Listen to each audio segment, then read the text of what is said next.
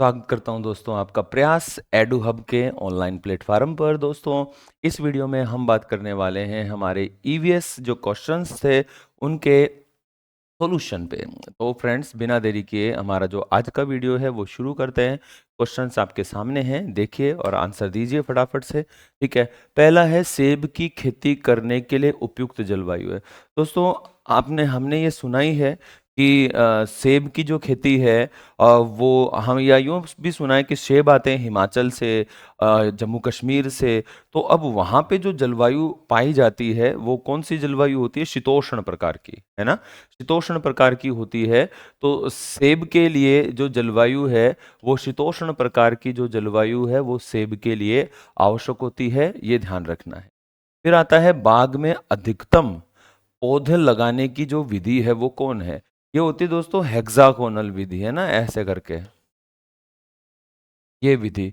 इस विधि में षटकोणीय जो विधि होती है ना, इस विधि में सबसे ज्यादा पौधे एक साथ लगाए जा सकते हैं।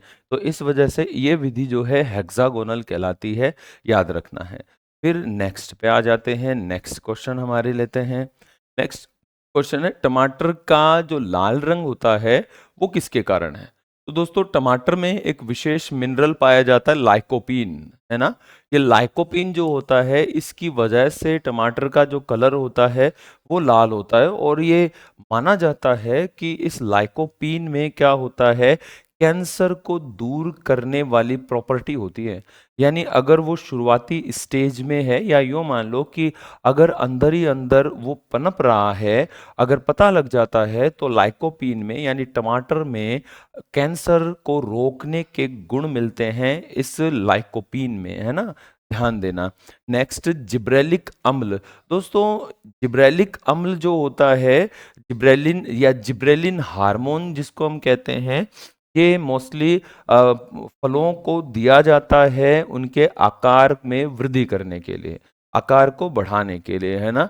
अब फलों के आकार में वृद्धि करने के लिए जिब्रेलिन हार्मोन देते हैं। अब विशेषकर किस फसल के लिए? तो बेर को दिया जाता है, बेर के आकार में वृद्धि करने के लिए।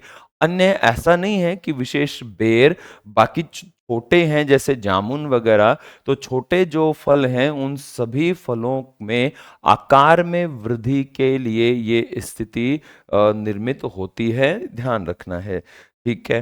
नेक्स्ट पे आ जाते हैं, चाय की पैदावार होती है। दोस्तों चाय की पैदावार होती है पहाड़ी की ढालों पे, यहाँ पे ये पहाड़ है, पहाड़ के ये जो ढाल है ना, यहाँ पे चाय की खेती होती है।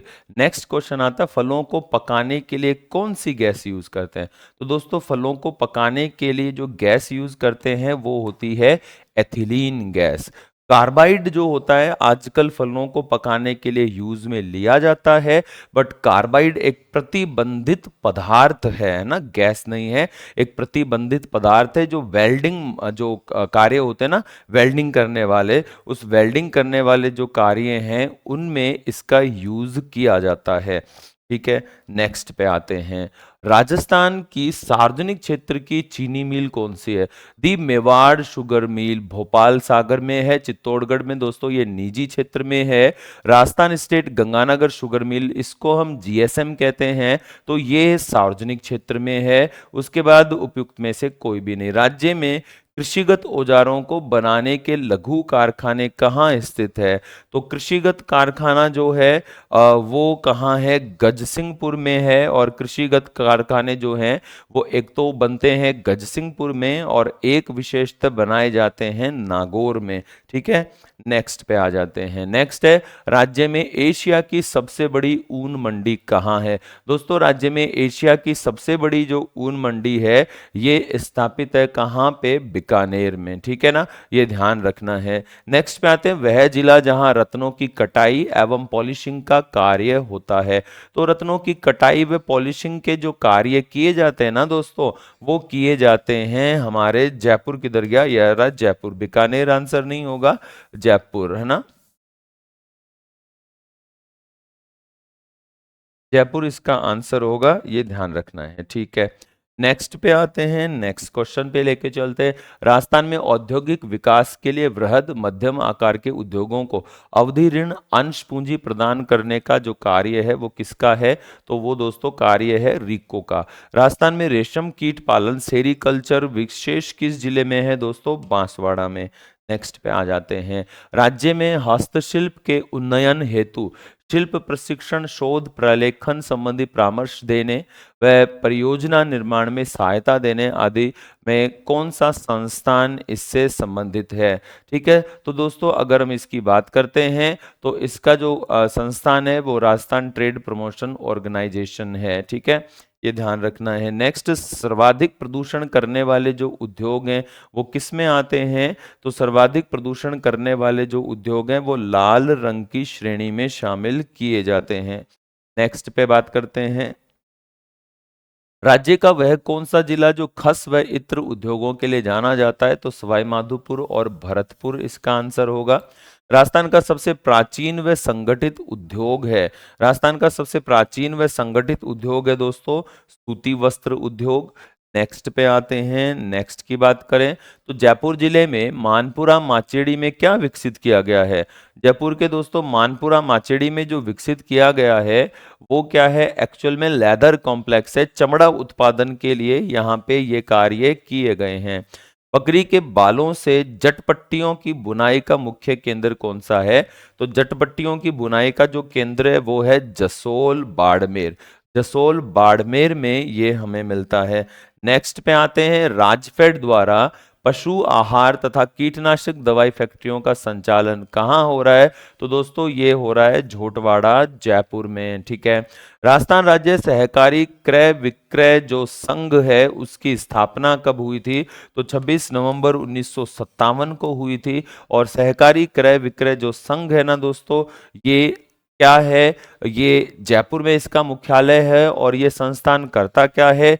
ये संस्थान सहकारी समितियों के माध्यम से हमें उन्नत कृषि बीज, पशु आहार ये अवेलेबल करवाता है ना, उचित दाम पर। जैसे आपने कभी न कभी किसी ने कभी ना कभी सहकारी समिति से यूरिया का कट्टा तो जरूर लिया होगा। ठीक है, ये ध्यान रखना है। ओके, नेक्स्ट पे आते हैं। नेक्स्ट है सहकारी ध्वज में रंगों की संख्या कितनी होती है? तो 7 होती है। 1915 में देशी रियासतों में सर्वप्रथम सहकारी कानून बनाने वाला जो जिला था वो भरतपुर था।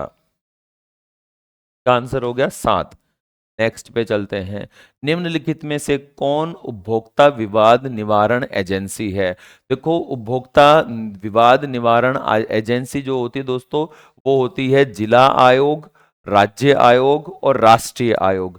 तो इनमें से पंचायत आयोग कुछ नहीं होता, नगर आयोग कुछ नहीं होता, राज्य आयोग होता है। नेक्स्ट पे आते हैं। किस आधार पर आप उत्पाद निर्माता से मुआवजे का दावा नहीं कर सकते हैं? किस आधार पे?